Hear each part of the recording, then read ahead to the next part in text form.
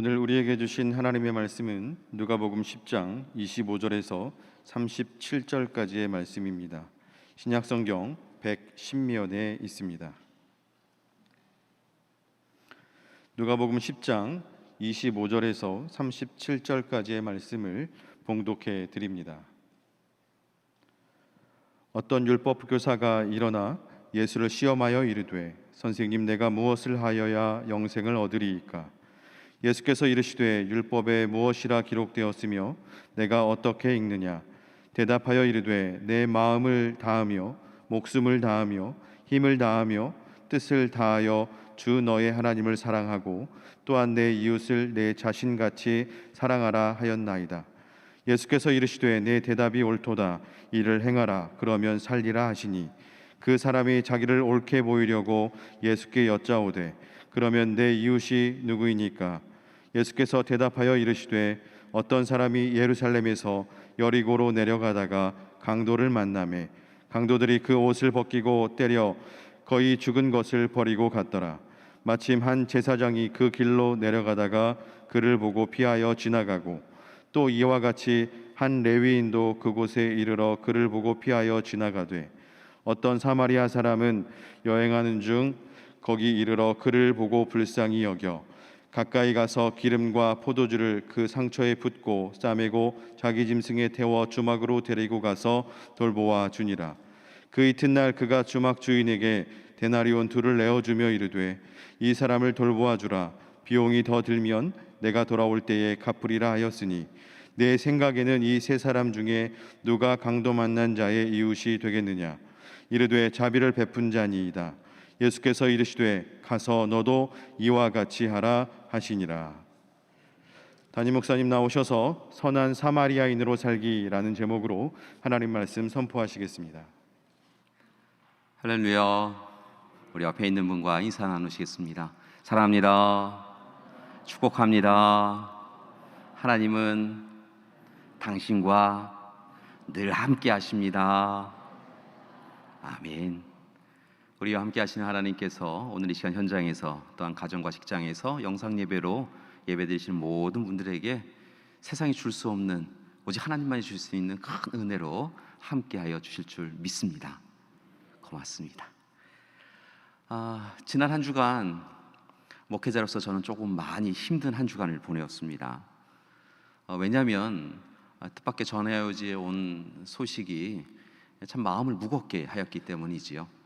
여러분들도 아마 들으셨으리라 생각을 하는데요, 아프가니스탄에 어려움이 있습니다. 탈레반이라고 하는 이슬람의 이 종교 집단 가운데서도 가장 근본주의적인 집단이라고 할 수 있는 이 탈레반이 아프가니스탄을 장악하였다라고 하는 그런 소식이었습니다. 그리고 탈레반이 지금까지 행하였던 테러나 전쟁의 모습을 보면 이전에 그들이 아프가니스탄을 장악하였던 때처럼 또다시 공포 정치를 그 땅에 이룰 것을 알기에 사실은 여러 가지로 근심되고 걱정이 되었습니다. 실제로 그들은 벌써 정부 관리였던 사람을 처형하기도 하였고요, 다른 나라에 통역을 해주던 사람의 그 본인도 아닌데요, 형제에게 그가 형제가 행한 일로 인하여서 사형을 선고하기도 하였다라는 이야기를 듣기도 하였습니다. 벌써 여러 가지 보복이 시작된 것이죠. 그래서인지 많은 사람들이 카불 공항이라고 하는 공항을 찾아갔고 그 공항에서 다른 나라 사람들의 도움을 받아서 비행기로 다른 나라로 도망하고 또 이주하고 그 나라의 도움을 받고자 청하는 것을 보게 되었습니다. 그런데 그 가운데서 얼마 전에 IS 호라산이라고 하는 또 다른 테러 집단이 이 카불 공항 근처에서 폭탄을 터뜨려 갖고 최소 170명 이상의 사람들이 죽임을 당하였다라고 하는 소식을 들었습니다. 그 소식을 들으면서 마음이 무거웠고 힘이 들었습니다. 특별히 그 가운데서도 제 마음을 무겁게 하였던 한 사진이 있었습니다. 바로 이 사진인데요, 여러분이 보시는 사진처럼 가족이 이미 닫혀버린 카불 공항을 향하여 나아온 것 같습니다. 그런데 공항 안으로 이제 들어갈 수 없게 되어지자 부모처럼 보이는, 아버지처럼 보이는 한 사람이 손을 높이 들어서 자신의 자녀를 좀 맡아달라고 미군에게 넘기고 있는 장면입니다. 이 쇠사슬로 되어 있는 이 철창 안쪽으로 손을 높이 들어서 자신의 자녀와 분명 생이별을 하는 것일 텐데요. 자신은 혹시 이곳에서 죽임을 당할 수도 있지만 아이만은 좀 구해달라 라고 이렇게 청하는 부모의 사진을 보면서 그 부모의 마음이 어땠을까 라고 하는 마음으로 내내 마음이 아팠습니다. 실은 이 아이만이 아니라 많은 아이들이 그렇게 부모를 떠나서 공항을 지키고 있던 군인들에게 넘겨졌고, 다행스러운 것은 그렇게 남겨진 이 아이들 가운데 어린아이에서부터 조금 성장한 아이까지 군인들이 돌보고 있다라고 하는 사진이 이어서 소식이 전해져 왔습니다. 아무튼 그러한 사진들의 모습을 보면서 또 무고한 생명들이 해를 당하였다라고 하는 소식을 들으면서 하나님 앞에 나와 기도하였습니다. 성전에 나와서 나름대로 시간을 정하고 하나님 앞에 기도하면서 간절히 기도하였습니다. 하나님이 창조하신 이 세상이 더 이상 이렇게 되지 않기를 원합니다. 하나님이 창조하시고 하나님께서 구원해 주신 이 세상이 더 이상 테러와 전쟁으로 서로가 서로를 해야 하는 이런 어리석은 일을 하지 않기를 원합니다. 하나님 도와주세요 라고 기도하였습니다. 정치, 경제, 종교적 유익을 위하여서 전쟁을 벌이는 나쁜 어른들로 인하여서 더 이상 우리의 자녀들, 착한 아이들이 고통당하지 않도록 하게 해달라고 기도하였습니다. 왜냐하면 이 땅에 오셔서 십자가에서 대속제물로 자신을 내어주시고 죽임을 당하신 예수님께서는 분명 이렇게 세상이 악하게 변해가는 것을 원하지 않으시리라고 하는 분명한 확신이 있었기 때문에 그렇습니다.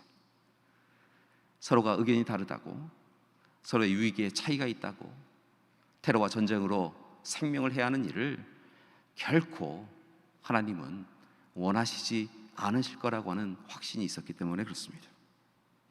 오히려 한 몸의 지체로서 서로 사랑하라고, 서로 아픔을 위로하라고, 서로가 부족하고 연약할 때마다 감싸느라고 하나님은 우리에게 알려주셨지요. 사랑하는 교회 여러분, 아프가니스탄을 위하여 기도해 주시기 바랍니다. 우리가 좀 떨어져 있다고, 우리가 잘 모르는 나라라고 생각하지 마시고요, 오늘 이 시간 하나님의 역사가, 하나님의 뜻이, 하나님의 사랑이 그곳에 온전히 이루어지게 해달라고, 그래서 무고한 생명들이 해함을 당치 않게 해달라고 하나님 앞에 기도하시기 바랍니다. 여러분, 미얀마 땅을 위해서도 기도해 주시기 바랍니다. 여러분, 우리가 미얀마 땅을 위하여 함께 기도했던 시간이 있는데요, 아직도 하나님은 우리에게 더 기도하라고 하십니다.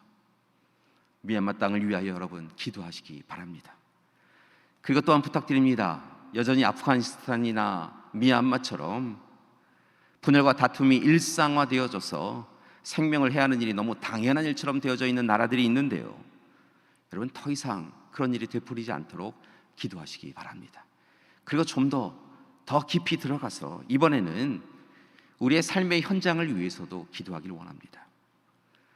여러분, 그 무게의 경중은 있지만, 그 상처의 차이는 있겠지만, 실은 우리의 가정, 교회, 학교, 직장에서도 실은 서로를 힘겹게 하는 일들이 일어나고 있는 것을 봅니다.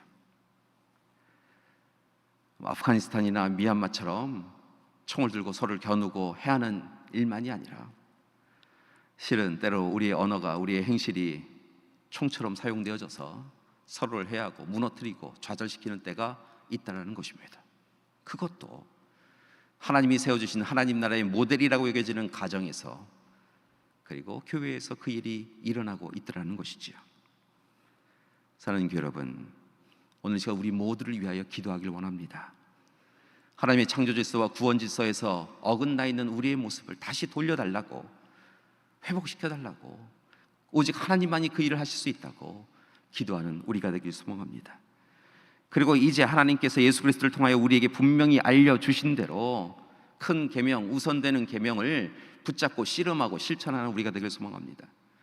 하나님께서는 예수 그리스도를 통하여 우리에게 분명히 이야기하셨습니다. 하나님 사랑과 이웃 사랑, 그것이 큰 계명이라고. 하나님을 사랑하고 이웃을 사랑하는 것이 제일 우선되고 마지막까지 행해야 되는 그것이라고, 계명이라고 이야기하셨다는 것이지요. 따라서 오늘 이 시간 사랑하며 살아가는 우리가 되길 소망합니다. 여러분, 우리는 사랑하고 있습니까? 우리 사랑은 주님이 우리에게 알려주신 사랑입니까? 분명한 것은 우리가 사랑할 때 하나님이 우리를 아신다 한다는 겁니다. 우리가 사랑으로 서로를 보다듬을 때, 감싸 안을 때 비로소 주님께서는 그래 네가 나의 자녀이지, 그래 네가 그리스도인이지 라고 말씀하신다는 것이지요. 따라서 바라고 원하기는 우리의 입술로 읽는 것으로 멈추지 말고, 우리의 머리로 이해하는 것으로 멈추지 말고, 여러분 삶에서 사랑을 실천하며 살아가는 우리가 되길 소망합니다. 우리는 늘 사랑을 이야기하면서 고린도전서 13장의 말씀을 이야기합니다. 사랑하는 교회 여러분, 이렇게 사랑을 실천하며 살기를 원합니다. 오래 참고 온유하며 시기하지 않으며 자랑하지 않으며 교만하지 않으며 무례히 행하지 않으며 자기의 유익을 구하지 않으며 성내지 아니하며 악한 것을 생각하지 아니하며 오직 모든 것을 참으며 모든 것을 믿으며 모든 것을 바라며 모든 것을 견디며 사랑하는 우리가 되길 소망합니다. 여러분, 그것이 사랑입니다. 그리고 한 걸음 더 나아가시기 바랍니다. 성 프란시스코가 평화의 기도에서 이야기했던 것처럼 미움이 있는 곳의 사랑을, 상처가 있는 곳의 용서를, 그리고 분열이 있는 곳의 일치를 이루기 위하여 오늘 이 시간 진정으로 사랑하며 살아가는 우리가 되길 소망합니다. 물론 압니다. 사랑하기가 얼마나 어려운지요. 사랑에 대해서 이야기하는 것은 쉽지만 사랑을 행한다라고 하는 것이 얼마나 어려운지 압니다. 그러나 분명한 것은 그 사랑을 행할 때 하나님이 우리의 삶을 보시고 기뻐하시고, 그리고 우리의 삶을 보시며 진정한 그리스도인이다라고 인정해 주신다는 것입니다. 따라서 바라고 하기는 사랑을 해야 하는데요, 어떤 사랑을 해야 할까요? 오늘 말씀을 통하여 우리는 지혜를 얻기를 원합니다. 오늘 말씀, 예수님의 말씀, 소위 선한 사마리아인의 비유의 말씀을 통하여 우리의 사랑에 무엇이 문제가 있었는지, 그리고 우리의 사랑은 어떻게 변화해야 가야 되는지에 대하여 함께 묵상해 가기를 원합니다. 오늘 말씀을 보니까 말씀이 이렇게 시작을 합니다. 다분히 예수님을 시험하고자 한 율법 교사가 예수님께 질문 한 가지 합니다. 그 질문의 핵심은 어디에 있었냐면 영생의 조건은 무엇입니까? 라는 것이었습니다. 예수님께서 구원과 영생에 대하여서 가르침을 주셨는데요, 그 이야기를 들었던 율법교사 한 사람이 영생은 어떻게 해서 얻는 것입니까? 라고 그렇게 질문하였다는 것이죠. 물론 자신의 생각이 있었고 자신의 생각과 일치하는가라고 하는 것을 시험하기 위하여 예수님께 물었다는 것입니다. 그의 마음을 아셨던 예수님께서 반문하셨습니다. 율법에서는 뭐라고 하였느냐? 네가 율법교사라고 이야기하는데 율법에서는 뭐라고 하였느냐라고 물으시지요. 그랬더니 율법교사가 자신이 잘 아는 것이니까 신명기의 말씀과 레위기의 말씀을 인용하여서 이렇게 이야기합니다.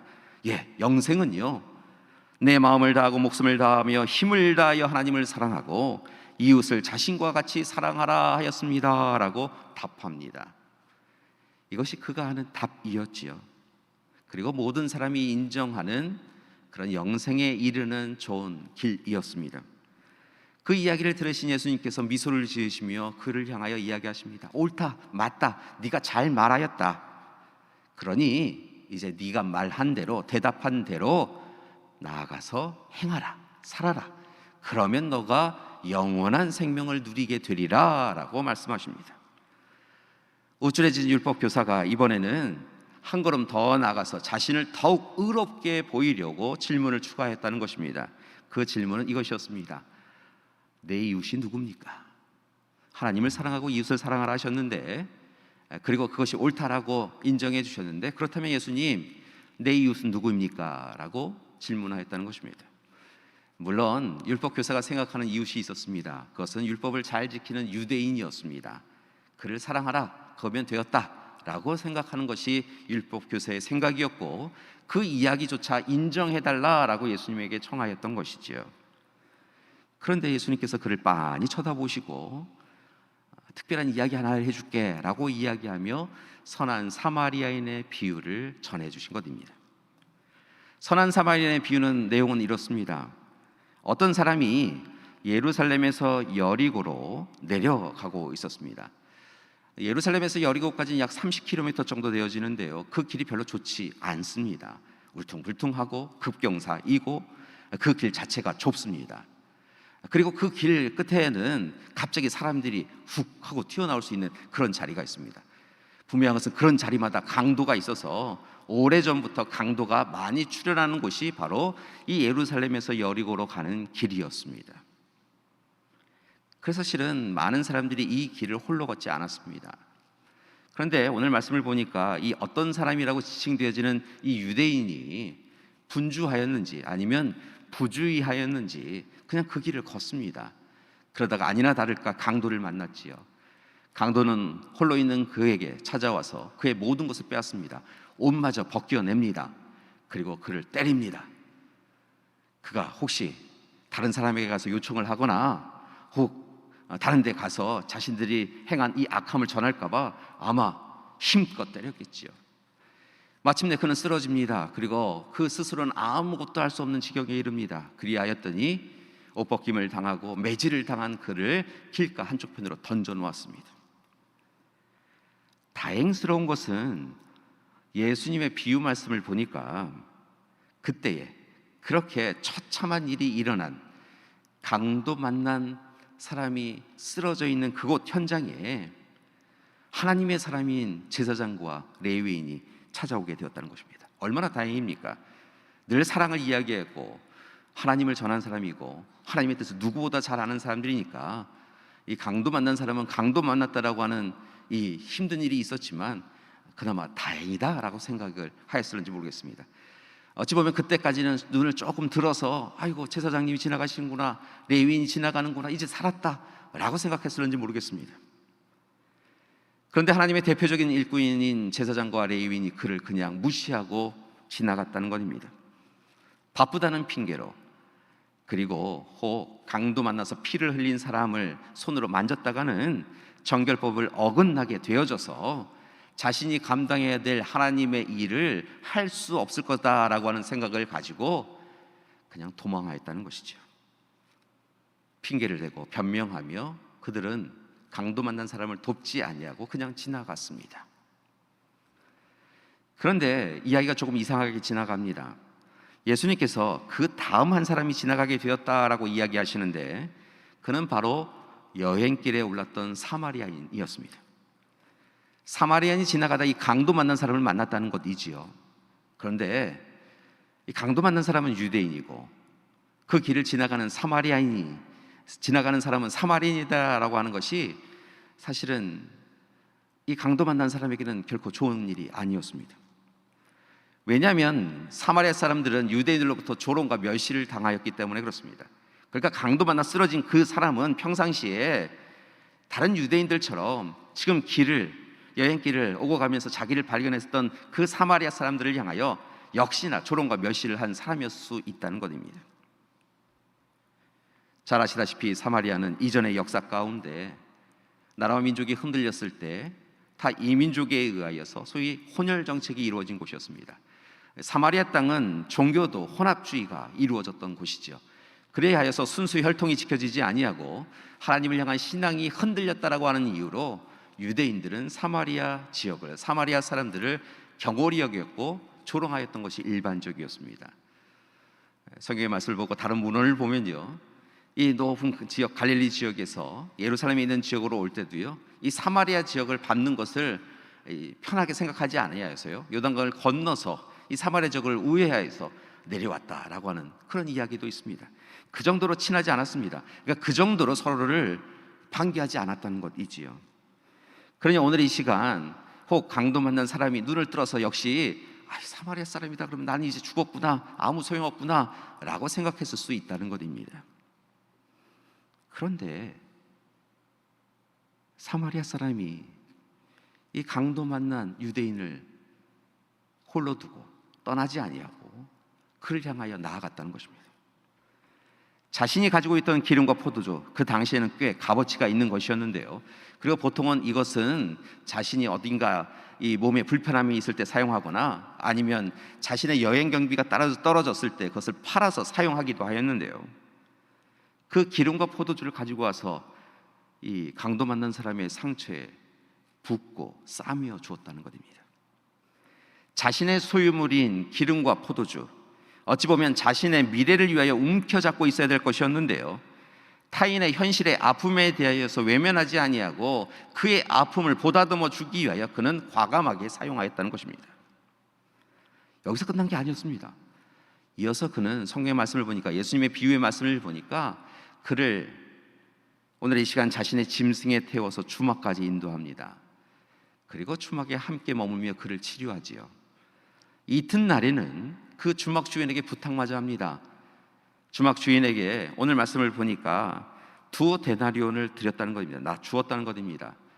그리고 이 2데나리온이 단지 그 하루의 머뭄에 대한 비용이 아닌 것을 봅니다. 아마도 이 비용조차 꽤 괜찮고 좀 많은 것이었기 때문에 앞으로 이 강도 만난 사람이 조금 더 형편이 나아질 때까지 편안하게 이곳에 있게 해달라고 하는 청함을 하면서 이 2데나리온을 준 것으로 보입니다. 이만큼이면 되었지요. 할 만큼 했지요. 그런데 오늘 말씀을 보니까, 이어지는 말씀을 보면 이 사마리아 사람은 다시 주막 주인에게 부탁합니다. 만약에 이 사람이, 강도 만난 사람이 머무는 시간이 길어져서 지금 드린 2데나리온보다 더 많은 비용이 사용되어지면 그에게 청하지 마십시오. 그에게 든 비용을 그에게 청하지 마십시오. 그는 강도 만나서 아무것도 없는 형편입니다. 제가 이제 여행길에서 다시 이곳으로 올 테니 그때 나에게 청하십시오. 그러면 드리겠습니다 라고까지 하였다는 것입니다. 여러분, 오늘 우리는 이 선한 사마리아인, 소위 선한 사마리아인이 여행을 떠났다라고 하는 것만 알지요. 이 사람이 갔다 똑같은 길로 갈 것이다 라고 하는 것은 전제되지 않았다는 것을 봅니다. 그는 그 여행길에서 마음대로 여기저기를 갈 수 있었습니다. 그런데 오늘 말씀을 이 주막 주인에게 이야기하는 것을 보면 다시 억지로라도 이 길을 따라오겠습니다. 그리고 내가 그 비용을 지불하겠습니다 라고 약속하고 있다는 것입니다. 얼마나 놀랐습니까? 예수님은 이 비유의 말씀을 하신 이후에 율법 교사에게 다시 물으십니다. 아마 미소를 지으면서 물으셨을 것 같습니다. 네가 이웃이 누구냐고 물어봤는데 오늘 선한 사마리아인의 이야기를 듣고 나서는 누가 강도 만난 사람의 이웃이라고 생각하느냐, 누가 너의 이웃이라고 생각하느냐라고 이야기했다는 것입니다. 그랬더니 율법 교사가 이야기합니다. 자비를 베푼 자입니다. 사마리아 사람입니다. 그랬더니 주님께서 그렇지 라고 하시며 이야기하십니다. 옳다, 맞다. 영생의 조건이 하나님을 향한 사랑, 이웃을 향한 사랑이었듯이 맞다. 누가 이웃이냐면 사랑을 베푸는 사람이 이웃이니 너도 가서 좋은 이웃이 되어라. 네가 좋은 이웃이 되어라. 네가 선한 자비를 베푸는 좋은 이웃이 되어라. 너도 가서 이와 같이 하라 라고 말씀하신 것을 봅니다. 그런데 이 말씀, 너도 가서 이와 같이 하라 라고 하는 말씀을 몇 번씩 읽다가 깨달았습니다. 예수님은 미움과 시기, 다툼과 싸움이 일상화된 세상을 살아가고 있는 우리를 향하여서도 이 선한 사마리아인의 비유의 이야기를 다시 묵상케 하시고 그리고 그 말씀을 통하여 이야기하고 계시다는 것입니다. 오늘 서로 다르다라고 하는 이유로, 여러 가지 이유로 분쟁하고 다투고 싸우고 분노하고 화내고 라고 하는 삶에 익숙해 있는 우리에게 제사장과 레위인이 보여줬던 형식적 사랑, 그것을 만족하지 말고 선한 사마리아인이 보여줬던 진실한 사랑을 우리에게도 행하라. 너도 가서 이와 같이 행하라 라고 말씀하고 있다는 것입니다. 왜인지 아세요? 그것이 바로 예수님이 이 땅에 오신 이유이기 때문에 그렇습니다. 예수님을 따르는 사람들, 예수를 구주로 고백하는 사람들, 예수 그리스도로 우리의 인생의 목적을 삼고 살아가는 그리스도인들은 오늘 이 시간 선한 사마리아인의 비유를 들었다고 한다면 그 말씀에 찔림을 받고 오늘 이 시간 그 사랑만으로 살아가야 한다는 것입니다. 너도 가서 이와 같이 하라라고 하는 말씀을 붙잡고 살아가는 것도 쉽지 않은 세상이지만 사랑하며 사는 것이 옳다는 것입니다. 생각해보면 주님이 그렇게 사셨습니다. 생각해보면 주님께서는 이 땅에 선한 사마리아인으로 오셨습니다. 말씀을 보니까 선한 사마리아인이랑 예수님이랑 왜 이렇게 비슷한 게 많은지요. 여러분, 예수님이 왜 이 땅에 오셨습니까? 하나님의 사랑 전하려고 오셨지요. 죄와 악에서 머물러 있는 우리를 그냥 두지 아니하시고 안타까우셔서 하나님이 이 땅에 보내셨습니다. 그리고 예수님은 이 땅에 오셨습니다. 오셨는데 아무도 환영하지 않았습니다. 태어나실 때도 환영하지 않았고 나사렛 거기서 선한 게 나겠어라고 하며 예수님을 존중하지 않았습니다. 예수님께서 공생의 사역을 하실 때 젊은 유대인의 지도자가 참 좋은 이야기를 전하기는 하는데 그 사람 미친 것 같아 라고 이야기하여서 예수님의 어머니와 형제들이 찾아와서 예수님을 끌고 고향으로 돌아가려고까지 하지 않았습니까? 예수님이 무엇을 하시든지 간에 자신들의 손해를 본다고 한다면 예수님을 향하여 손가락질하였던 사람들이 당시 유대인이었습니다. 하나님의 말씀을 전하는데 하나님의 이름을 들어 예수님을 조롱하였지요. 여러분, 가난한 목수가 뭘 알겠냐고 이야기하였습니다. 예수님께서 병자와 세리와 함께 식사를 나누시는 그 자리에 와서 아이쿠 저 사람 왜 저러냐고 좋은 유대인 지도자가 하나 났다 생각하였는데 저 사람 정결례도 모른다고 정결법도 모른다고 세리와 죄인과 함께 먹으면 그도 죄인인데 저기서 먹고 마시는 것을 즐겨하며 있는 저 예수는 정결법을 어긴 죄인이라고 정죄하였습니다. 안식일에 병든 이를 낫게 해주었더니 하나님의 마음으로 그를 긍휼히 여기고 낫게 해주었더니 안식일법을 어겼다고 그렇게 이야기하였습니다. 그렇게 예수님은 예수님의 고향 사람들에게 마저 배척당하였습니다. 스스로 머리 둘 곳이 없는 인생이다라고 말씀하시지 않았습니까? 그럼에도 예수님은 마지막까지 끝까지 인류를 위하여 우리를 위하여 십자가를 지시고 죽임을 당하셨습니다. 그렇게 예수님은 선한 사마리아인처럼 어찌 보면 죄와 악으로 인하여 강도 만난 사람인 우리를 외면하지 아니하시고 찾아오셔서 품어주시고 자신이 가진 생명을 자신을 위한 생명을 우리를 위하여 내어주셨습니다. 그리고 우리의 인생에 과거와 현재만이 아니라 미래도 책임지신다고 약속해 주셨지요. 우리에게 구원을 주시고 영원한 생명을 주셨습니다. 성령을 보내주셔서 강권적으로 이끌어 주신다고 약속하여 주셨습니다. 그 사랑이 우리를 살렸습니다. 그 사랑이 우리를 온전케 하였습니다. 그러니 오늘 이 시간 우리가 살아가야 될 삶의 방식은 그 사랑 받은 자로 살아가야 될 줄 믿습니다. 제사장이나 레위인처럼 하나님을 안다 하면서도 모르는 사람처럼 살아가거나 율법학자나 서기관이나 제사장들처럼 하나님의 뜻을 아는 사람들이라고 이야기하지만 하나님의 뜻을 왜곡하고 오용하여 살아가는 것이 아니라 예수님처럼 오늘 예수님의 말씀에 나오는 선한 사마리아인처럼 오늘 시간 오직 사랑하며 살아가는 우리가 되기를 소망합니다. 특별히 사랑받을 만한 사람, 나를 사랑하기에 사랑해 줄 만한 사람만이 사랑하는 것이 아니라 그동안 조롱하고 멸시하였던 유대인, 그를 위하여서도 사랑하였던 선한 사마리아인처럼 때로는 우리에게 원수된 이들, 우리에게 힘겨움을 주었던 이들도 사랑하며 살아가는 것이 옳다는 것입니다. 사랑하는 교회 여러분, 바로 이 말씀을 오늘 내가 알지, 이 얘기 알지 고개 끄덕이며 그냥 흘려버리지 마시고 하나님이 주시는 경계의 말씀으로, 권고의 말씀으로 들으시고 마음에 새기시기 바랍니다. 사랑하는 교회 여러분, 더 이상 미움, 다툼, 시기, 질투, 전쟁, 테러 가득한 이 세상이 당연한 것처럼 여기며 살지 마십시오. 사랑하는 교회 여러분, 이 세상에서 선한 사마리아인으로 주님 사랑 붙잡고 주님 사랑 전하며 행하며 살아가는 우리가 될 줄 믿습니다. 사랑하는 교회 여러분, 사랑하십시오. 사랑 힘들죠. 그러나 사랑해야 합니다. 특별히 부탁드립니다. 하나님께서 이 세상을 창조하시면서 가정과 교회를 하나님 나라다, 하나님 나라의 모델이다 라고 말씀하셨습니다. 그러니 하나님 사랑이 가정에, 교회에 있어야 합니다. 우리의 가정과 우리 교회는 사랑이 있습니까? 사랑하는 여러분, 남편과 아내가 사랑해야 합니다. 부모와 자녀가 사랑해야 합니다. 아유, 왼수, 이게 아닙니다. 사랑해야 합니다. 원수라도 사랑해야 합니다. 상처 주고 외면하고 화나게 해도 사랑해야 합니다. 여러분, 우리는 예수 그리스도를 머리로 하는 한 몸의 지체입니다. 그게 교회 공동체입니다. 성경의 말씀을 보면 초대교회 공동체에도 싸우는 이야기가 많이 나옵니다. 초대교회 전통이 현대교회까지 이어져 와서 교회도 많이 싸웁니다.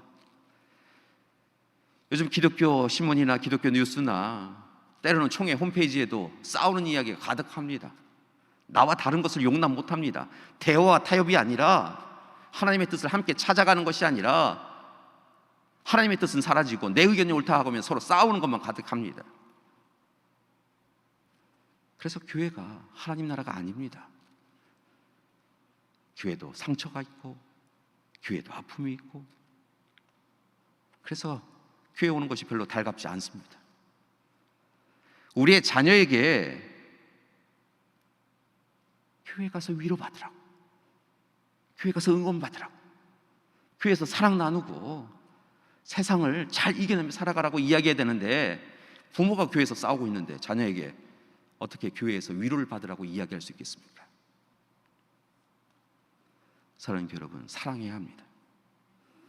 하나님이 우리에게 이야기하신 큰 계명, 하나님 사랑과 이웃 사랑, 그것은 동전의 양면인 것을 기억하시고 사랑해야 합니다. 그리고 지역 이웃을 사랑해야 합니다. 특별히 한 가지 더 부탁드리고자 하는 것은, 사마리아인이라고 하는 이유로 유대인에게 배척받았던 사마리아인이 어려움에 처한 유대인을 외면하지 아니하고 그에게 악을 선으로 갚은 것처럼, 우리의 사랑도 계산적이거나 배타적 사랑이 아니라, 나만을 위한 사랑이 아니라 그 울타리를 뛰어넘어서 그를 위한 사랑을 해야 될 줄 믿습니다. 예수 그리스도께서 큰 죄인인 우리를 위하여 스스로 십자가 지시고 우리에게 생명 주셨던 것처럼, 그 사랑의 감격과 감동을 누린다고 한다면 때로 원수된 이를 위하여서도 우리가 사랑해야 될 줄 믿습니다. 예수님이 그거 보여주셨잖아요. 제자들의 발을 씻기기 위하여서 잠시 후면 자신을 모른다 배반하고 배신하고 부인하고 부정할 그 제자들의 발을 씻겨 주셨습니다. 자신을 위하여서 함께 고난의 자리에 설 제자들의 발을 씻겨 주신 것이 아니라, 자신을 모른다고 도망갈 발을 씻겨 주신 것입니다. 사랑으로 하셨습니다. 여러분, 예수님께서 십자가에서 못 박혀 죽으실 때 하신 말씀들이 있지요. 그 가운데 마음을 찌르는 기도가 있습니다. 하나님, 저들이 알지 못해서 그렇습니다. 용서해 주세요. 여러분, 예수님이 일하시면 분노하셨을 것 같습니다. 한편으로 분노하는 게 맞다 생각합니다. 니들이 감히 칼과 창으로 나를 찔러? 니들이 감히 가시면류관을 씌웠어? 조롱과 멸시를 해? 내 옷을 벗겨서 주사위 던져서 나눠 갖는다고 그래? 조금만 기다려봐. 내가 싹 쓸어버릴 거야. 내가 한 번에 너희들 다 죽여버릴 거야 라고 하실 수 있는데,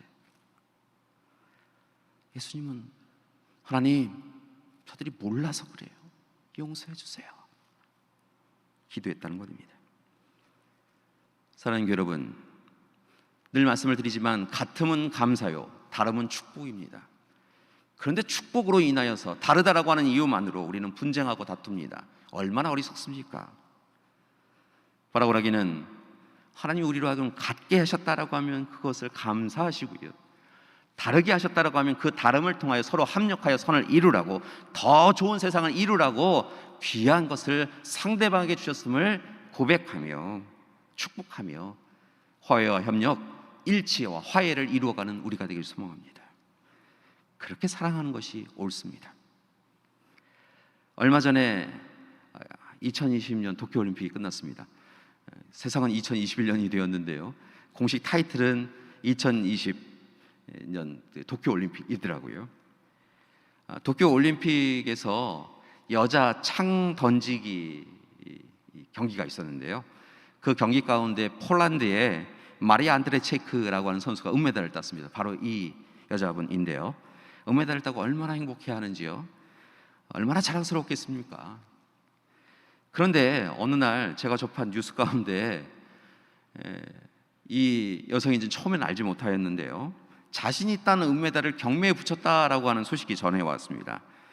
아유, 올림픽 메달인데, 명예인데 그것마저 돈으로 환산해서 그걸 경매에 붙였다니라고 하면서 사실은 처음 마음은요, 나쁜 사람 이런 생각을 했습니다. 근데 좀 후에 이어지는 것을 보고요, 대단하다, 참 훌륭하다 생각이 들었습니다. 이 여인이 자신이 딴 천메달, 은메달을 경매에 내어놓았다는 거예요. 그리고 그 메달은 12만 5천 달러, 우리나라 돈으로 하면 1억 4,500만 원, 600만 원 정도의 낙찰이 되었다는 것입니다. 왜 그것을 팔았는지에 대하여서 이어졌는데요, 오늘 말씀에서 조금 전에 이야기했던 이 마리아 안드레체이카는요, 메달을 딴 이후에 소식을 한 가지 들었다는 거예요. 고국 폴란드에 수술비가 부족하여서 심장 수술을 받아야 되는데 수술비가 부족하여서 8개월 된 아이, 그 아이의 이름은 마유사라고 하는 아이였는데요, 수술을 못 받고 있다라고 하는 이야기를 들었다는 것입니다. 그래서 그 아이에게 조금이라도 보탬이 되기 위하여 메달을 내어놓고 기증하였다는 것이죠.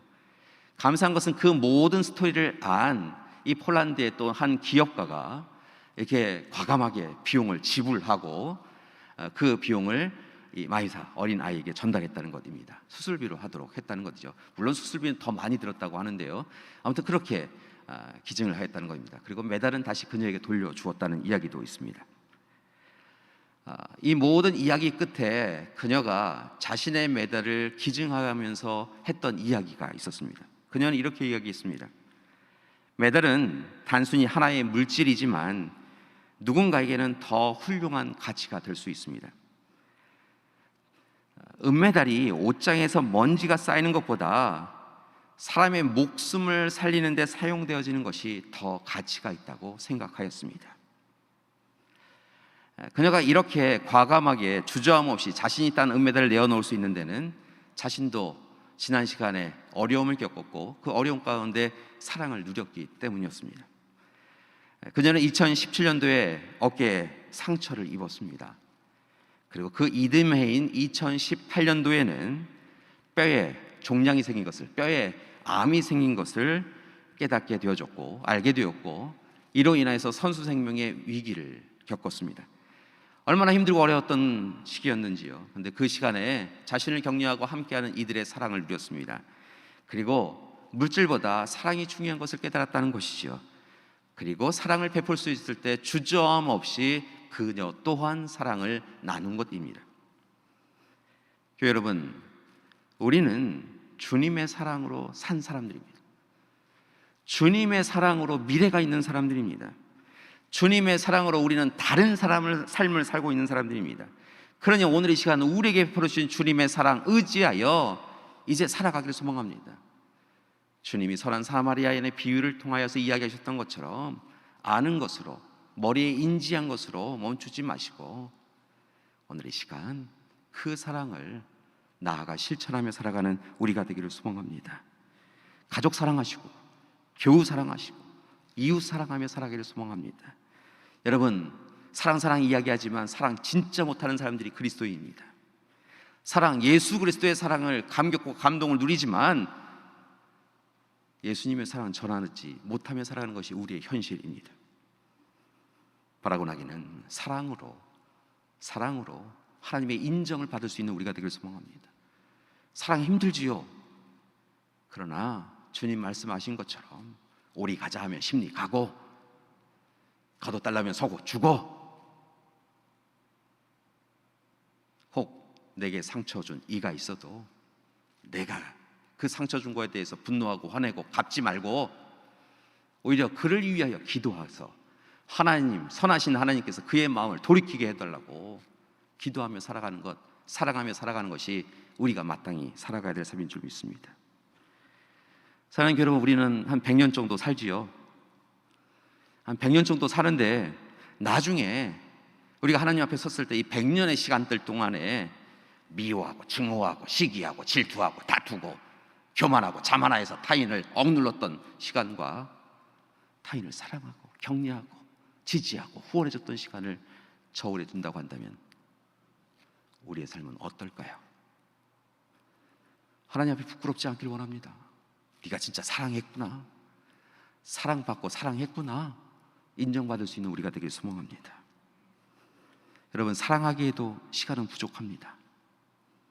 따라서 오늘 이 시간 가서 너도 이와 같이 하라 라고 하신 주님 말씀 붙잡고 사랑하며 살아가는 우리가 되길 소망합니다. 이것을 위하여서 오늘 이 시간 한번 연습하겠습니다.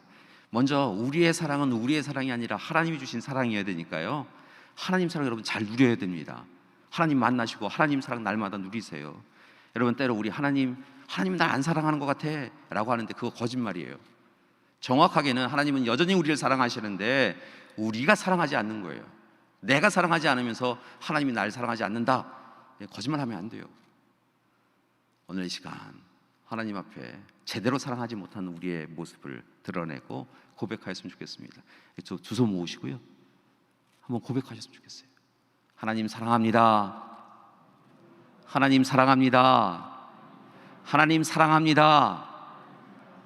여러분, 우리가 제자 훈련하고 예수님의 사람 제자 훈련하면서 나는 죽었습니다, 매일 주님과 함께 살고 죽고 주님과 함께 삽니다 고백하였던 것처럼요, 당분간 이 세상에 너무 미움이 가득하니까요, 하나님 사랑합니다, 하나님 사랑합니다 라고 고백하며 사셨으면 좋겠어요. 그리고 옆에 있는 분에게 이렇게 인사하셨으면 좋겠습니다. 주님 사랑으로 사랑합니다. 주님 사랑으로 사랑합니다. 여러분, 맨날 사랑이라고 하는 것이 내 의지, 내 노력 갖고 사랑하니까 깨지는 거예요. 부수어지는 거예요. 아무 의미 없는 거예요. 사랑한다고 이야기하고 마음 깊은 곳에서는 미움이 시작되는 거예요. 주님 사랑으로 사랑하는 거예요.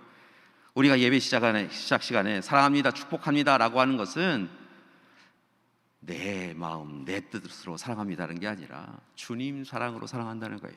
주님 사랑이 어떤 거예요? 오늘 선한 사마리아인이 보여준 것처럼 맨날 조롱하고 멸시하였던 그 유대인, 그를 사랑하는 사랑이 주님 사랑이에요. 그 주님 사랑으로 사랑하는 거예요. 가족을, 교우를, 이웃을 사랑하는 거예요. 그렇게 사랑하는 우리가 되기를 소망합니다. 우리 다시 한번 옆에 있는 분 얼굴 바라보시고 혹 이 시간에 오hen수 같은 교우가 있어도 더 뜨거운 마음으로 이렇게 인사 나누셨으면 좋겠습니다. 주님 사랑으로 사랑합니다. 주님 사랑으로 사랑합니다. 사랑 위에는 자랑할 것이 없는 우리가 되기를 간절히 기도드립니다. 함께 기도하시겠습니다. 사랑의 하나님, 이 세상에 미움이, 시기와 질투가, 다툼이 가득합니다. 하나님, 자신의 기준과 울타리를 가지고 타인을 경계하고 그리고 생명을 해하기까지 합니다. 우리에게 다시 사랑이 시작되게 하여 주시옵소서. 하나님, 우리에게 사랑하는 것이 하나님의 자녀의 본분이라고 하셨사오니 하나님 사랑과 이웃 사랑을 열심히 지켜가는 우리 되게 하여 주시옵시고, 특별히 오늘 허락하신 말씀처럼 선한 사마리아인처럼 하나님, 강도 만난 유대인을 보다듬고 품고 그를 위하여 수고하고 애쓰는 우리 될 수 있도록 도와주시옵소서. 사랑으로 우리의 삶을 채우게 하여 주시옵소서. 예수님의 이름으로 기도드립니다. 아멘.